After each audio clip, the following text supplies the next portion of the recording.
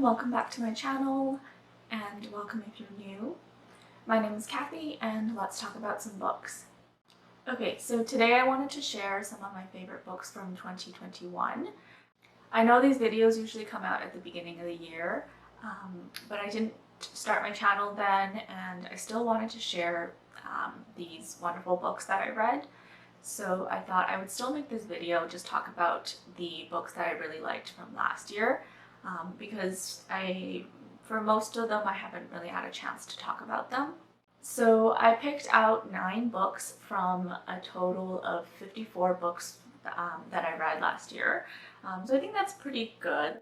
And I won't be ranking these 9 books in order. That would just be too hard. It was already hard enough to pick out these 9 books. I'll just go through them in the order that I read them. All right, let's get into the books. So the first book that I really liked from last year was Mansfield Park by Jane Austen.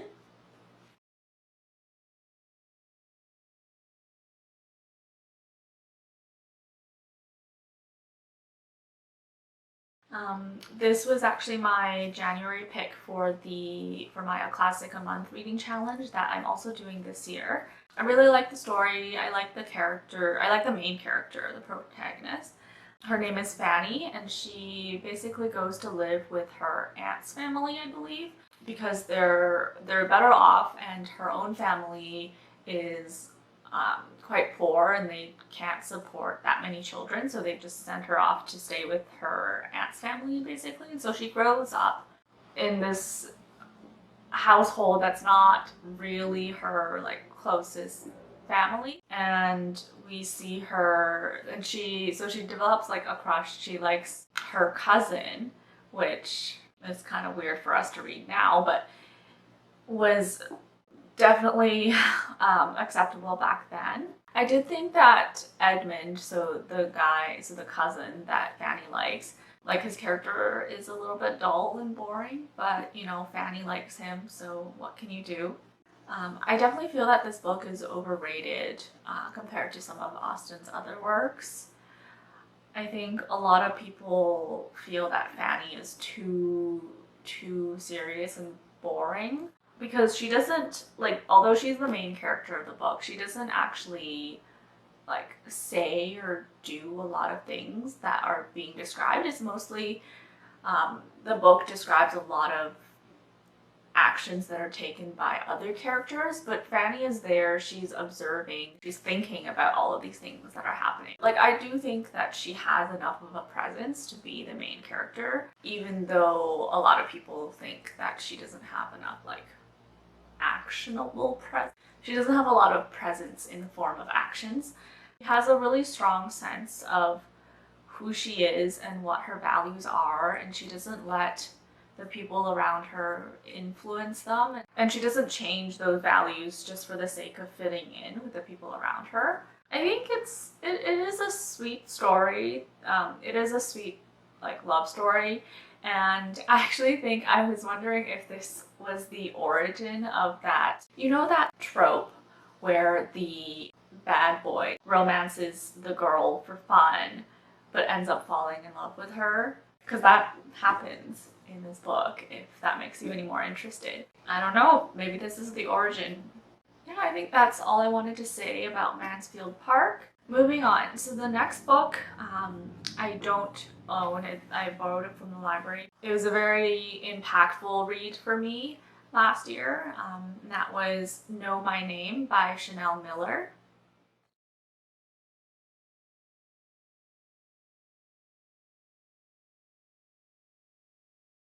So in this book, Chanel Miller tells her experience of being the unnamed girl in the Brock Turner case. And if you're not familiar, she was raped at a college party by this guy named Brock Turner. And the trial was quite public and controversial. A lot of people were saying that this thing was gonna I think Brock, he was a swimmer. He had a swimming scholarship or something, and then people were saying how this one mistake was gonna cost him the rest of his life, or that sort of stupid stuff. But in the book, anyway, so she describes her her experience. It was super raw and powerful and made me cry like more than once.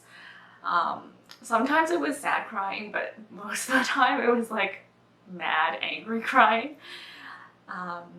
But yeah, I think everyone should read this book, honestly. I think it's worth thinking about and examining. If you don't want to read this book, like, you should think about why perhaps you don't want to read this book.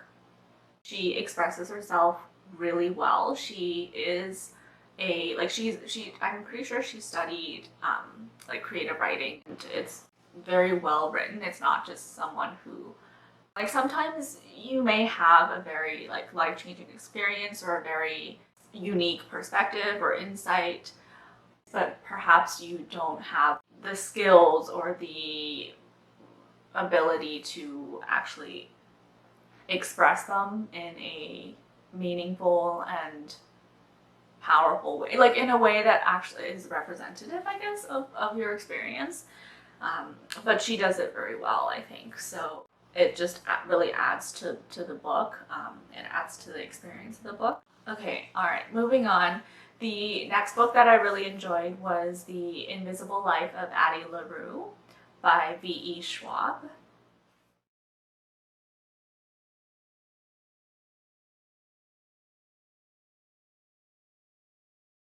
I've never read V.E. Schwab before. I know she writes more fantasy type and young adult novels, which I don't read a lot of. But I just thought the title was really, really interesting, and it really grabbed my attention, so I picked it up.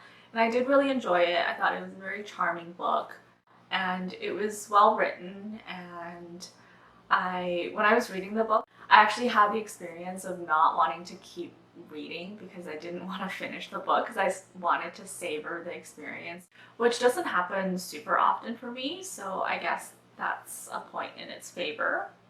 All right, moving on. So the next book is The Paris Hours by Alex George.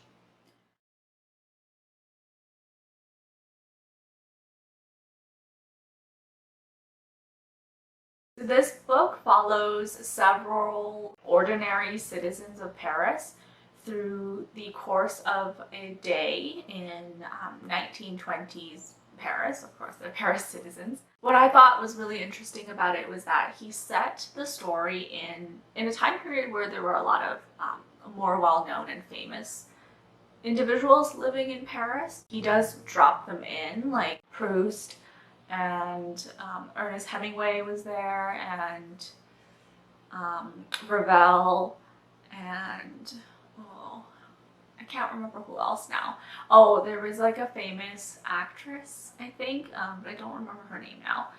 But these, like, the famous individuals, they're not actually the center and at the heart of the story. They're actually made into more peripheral figures who are just there, and they show up in certain scenes, and they might influence they come into contact with some of the characters, and sort of impacts them in different ways.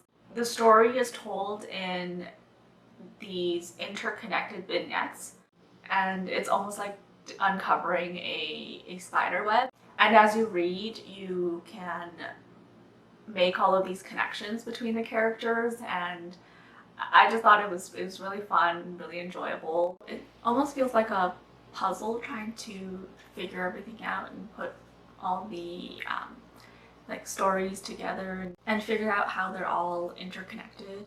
So the next book that I really enjoyed last year was Middlemarch by George Eliot.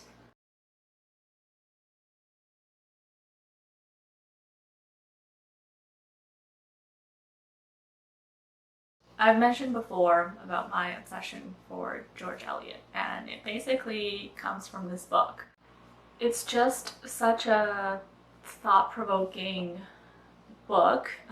It's very vast. It covers the citizens of this quaint town called Middlemarch. It's a long book, but it doesn't, I would say once you get 100 or so pages in. It doesn't feel like a slog. This, to me, almost feels like a collection of essays dressed up as a novel for Halloween. Like, there are so many ideas and topics that are discussed as we follow the events and choices that the characters make over the course of their lives. And we get to see their like the consequences of their actions, their regrets, and the lessons learned. I just feel that George Eliot has incredible insight into the minds of her characters, and by extension of humans in general out in the real world.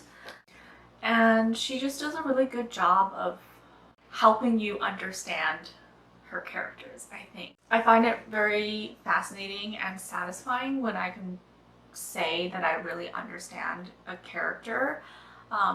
Not necessarily like I don't have to be like them or even like them, but just to understand why they do the things they do, why they have the thoughts they have, and why they make certain choices. I think it's a hard thing to do, and I think she does it very well. I'm definitely excited to read more of George Eliot's work. Then the next book is The Periodic Table by Primo Levi.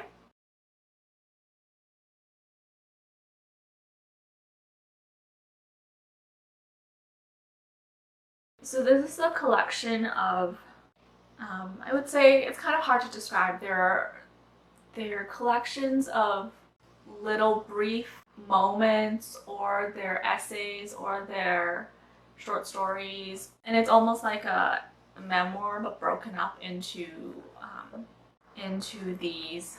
It's so hard to describe.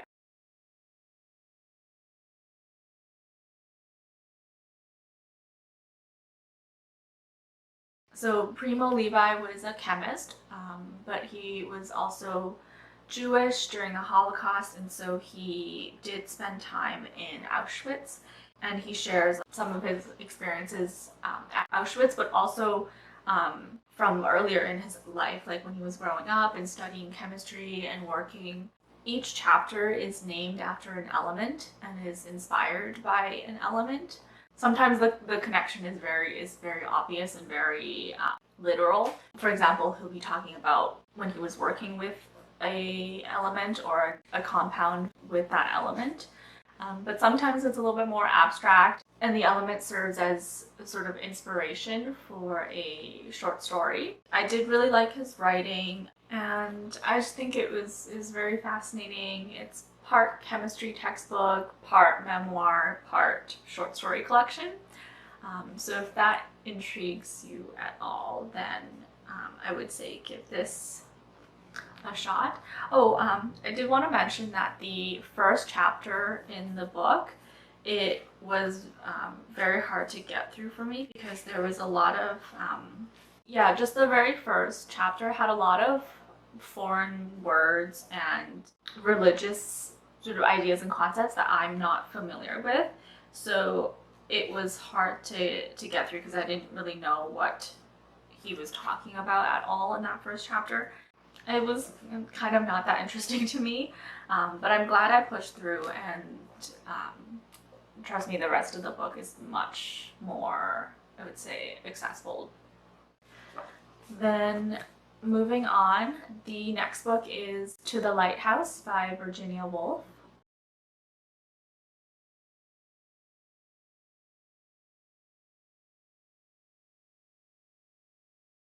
Oh, again, this is what started my love for Virginia Woolf. Before this, I had only read A Room of One's Own, which is essentially the essay version of a speech that she gave. And so it was good, but it was only just the one work of nonfiction that I read. And so this is the first work of fiction that I read by Virginia Woolf. And I fell in love. I would say that this is definitely amongst, like, even within all of these books, this is probably in my top 3, I would say. This is also my first time reading Stream of Consciousness, which was an interesting experience for sure. It was a bit difficult to stay focused on the text at times, just because it can get a little bit, like, you can zone out a little bit and lose track of where the thought, like where the words take you and what the like meaning is. I found that reading out loud really helped, just to force myself to, like, reading out loud forces you to slow down a little bit, and you can process the words a little bit better. When reading this book, I think I found my favorite passage of any literary work. I feel like I want to try and like memorize this. It just really stood out to me, and yeah, I've never felt this way about any other passage in any other book that I've read. So here it goes. They came there regularly every evening, drawn by some need. It was as if the water floated off and set sailing thoughts which had grown stagnant on dry land, and gave to their bodies even some sort of physical relief. First, the pulse of color flooded the bay with blue, and then the heart expanded with it, and the body swam, only the next instant to be checked and chilled by the prickly blackness on the ruffled waves. Then, up behind the great black rock, almost every evening spurted irregularly, so that one had to watch for it, and it was a delight when it came, a fountain of white water. And then, while one waited for that, one watched, on the pale semicircular beach, wave after wave shedding again and again smoothly a film of mother of pearl. And there are a lot of passages like that where she just has these perfect descriptions of both the natural environment and the character's like mental state at the time. And it's this perfect meld between the two. She's at once both describing the scenery and also the character's mental states. There's also a part that I really liked where she literally describes time passing. It's very immersive, like you really feel you're there. You're there with the characters, you're there with time. Anyway, so that's To the Lighthouse. Let's move on.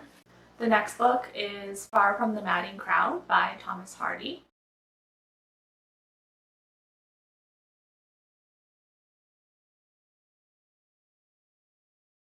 So me enjoying this book as much as I did was kind of a surprise. I didn't expect to like it as much. I don't know why though.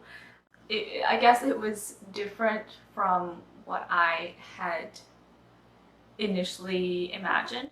Because I think it's not so much what you expect from a book plot-wise, but certain times you get this feeling about the sense of a book before you read it, and you maybe it might be accurate, it might be like completely off, but sometimes you do get a sense of what you feel the book might feel like.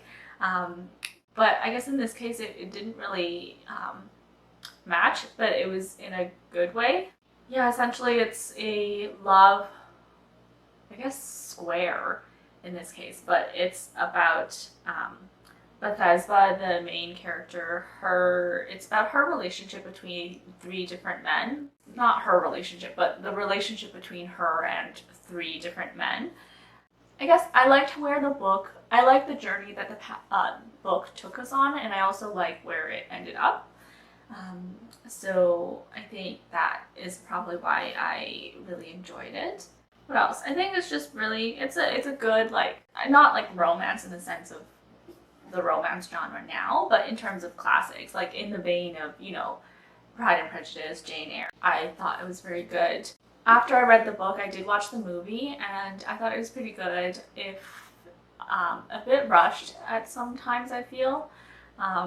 Though I guess that's because that often happens with when I watch movies after I've read the book, especially with classics, just because I know like everything that happened in between the events that they show us in the movie. Like, oh, like in the movie, this event happens right after that, but technically, like I know, having read the book, that there were many other events in between, so it can feel a bit rushed. You know, I wish that they did with classics, they would make like not movies, but like limited series, like not TV shows that go on for like 10 seasons, but just like a limited series with 1 or 2 seasons. That would be great. I think the limited series really gives enough space for literary works to shine. Anyway, that's kind of off topic. Let's go on to the last book. So the last book I wanted to talk about today is The Bell Jar by Sylvia Plath.